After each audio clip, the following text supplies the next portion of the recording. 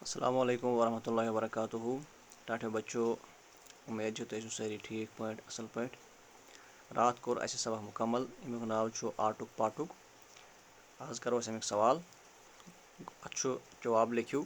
गोडनुक सवाल सुल्तान कम बहाना गो बीमार। सुल्तान ओस गोमुत माजि सत सालस, तत ओसन खियोमुत हद खोत ज्यादा, अव मूजूब गो बीमार। गोडनिक सवाल जवाब।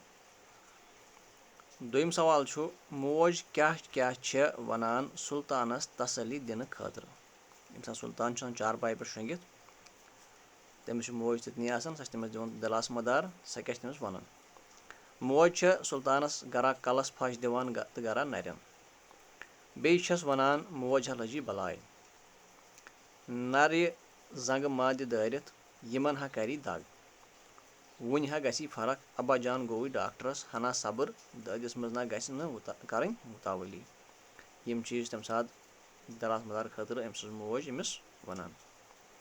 तम पे ब्याक सवाल त्रेयम, डॉक्टर साहबन क्या नसीहत कर सुल्तानस। डॉक्टर साहबन दोप सुल्तानस दोपनस इंसानस पज तुतुय गजा खियोन यूत जरूरी आसि, यानी कि हद को ज्यादा गस खियोन कह। ज्यादा गजा खेन सह तकलीफ वातान। अगर इंसान ज्यादा गजा खी तम सह हेकान तकलीफ वातित, सह हेकान बीमार गसित। यह सबकस मज सवाल ये तथ ब्याक सवाल कि ड्रामा करियो तुम पन्नस क्लासस मज। इंशाअल्लाह यम सात स्कूल खुलन तम सात करो कोशिश पन्नस क्लासस मज ड्रामा करनच। फिलहाल करियो तुम यमन सवालन